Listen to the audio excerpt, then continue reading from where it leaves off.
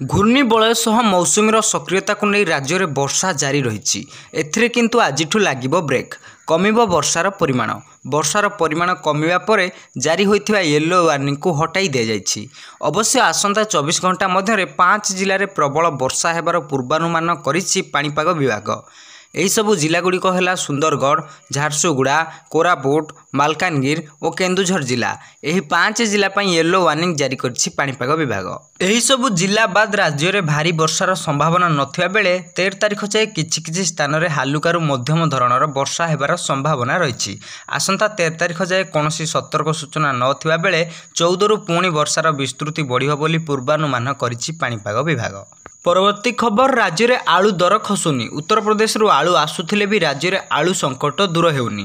पश्चिमबंग आलू जोगाण स्वाभाविक करने आज मुख्यमंत्री मोहन चरण माझी द्वितीय थर पर पश्चिमबंग मुख्यमंत्री ममता बानर्जी सह कथा होइचंती। आलू जोगाण समस्या को दूर करने को से ममता को अनुरोध करिसेंती। श्री माझी कहिथिले दिल्ली रे आपणक सह आलोचना हेबा परे ओडिशा को आलू जोगाण स्वाभाविक होइतिला, मात्र किछि दिन परे पुणी आलू जोगाण समस्या सृष्टि होइछि। तेणु एथिप्रति ध्यान दे समस्या दूर करने को पदक्षेप नेबापी से अनुरोध करते। पश्चिमबंग मुख्यमंत्री ए दिगरे उपयुक्त पदक्षेप नेबे बोली प्रतिश्रुति देइथिले। आलू जोगाण नहीं पश्चिमबंगर आभिमुख्य संपर्क में एपर्यंत किछि स्पष्ट जना पड़ुनी।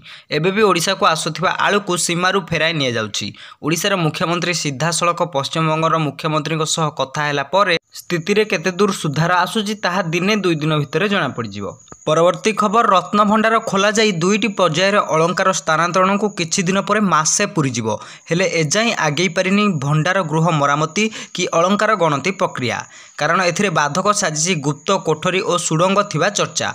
जदिओ यह जानिबा को भीतर भंडार लेजर स्कानिंग पई अलंकार तदारख कमिटी सरकार को प्रस्ताव देइछि, हेले से नै निष्पत्ति को विलंब नै विभिन्न महलारे उठिछि प्रश्न। तेणु आईन मंत्री कहिसेंती सिंधुक आलमारी एसओपी निष्पत्ति होइछि, खूब शीघ्र यार मरामती आरंभ हेबो। परवर्ती खबर, भुवनेश्वर 20 रु 25 किलोमीटर दूर खोर्धा और पिपिली और कटक जावाक भी हेलिकप्टर व्यवहार करुथिले पांड्यान। आउ एथिपाई राज्य राजकोषरु खर्च होउथिला पानी भली टंका। बड़ कथा एला कि ए बाबदरे केते खर्च होईची से हिसाब भी सरकारी खातारे नाही। तेणु एहार तदंत पई परिवहन मंत्री परे तदंत निर्देश दैछंती पर्तु मंत्री पृथ्वीराज हरिचंदन। एपटे सामना को आसीची नुआ तथ्य, मात्र 3टी निर्वाचन मंडलीर 18टी हेलीपैड निर्माण पई जिला प्रशासन खर्च करिछि 75 लाख टंका। पांड्यान को पाई बढ़िला अड़ुआ। हेलिकप्टर उड़ाण आउ हेलीपैड निर्माण बाबद रे केते होईछि खर्च। परिवहन मंत्री परे तदंत निर्देश देले पर्तु मंत्री। हेलीपैड निर्माण पाई किए देउथिला अनुमति, किए करुथिला निर्माण, एथिपाई केउ विभाग खर्च करुथिला। जदि विभाग खर्च करुथिला ताहाले काहेकि सरकारक पाखरे ताहार तथ्य नाही, एभली किछि प्रश्न उठिछि। परवर्ती खबर, बांग्लादेश रे परिवर्तित परिस्थिति रे संख्यालघु हिंदू और मंदिर उपरे आक्रमण हेउछि। अगस्ट 5 तारिख रु बांग्लादेशी हिंदू संप्रदाय उपरे लगातार आक्रमण करुछंती आंदोलनकारी।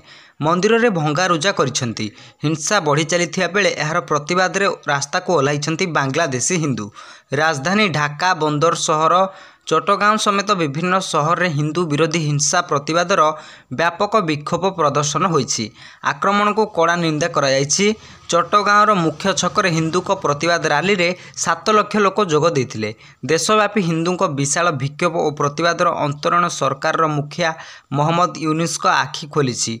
हिंदू को विरोध में हिंसा बंद करने को अपील करिसेंती भारत विरोधी भाव जनाशुना यूनुस।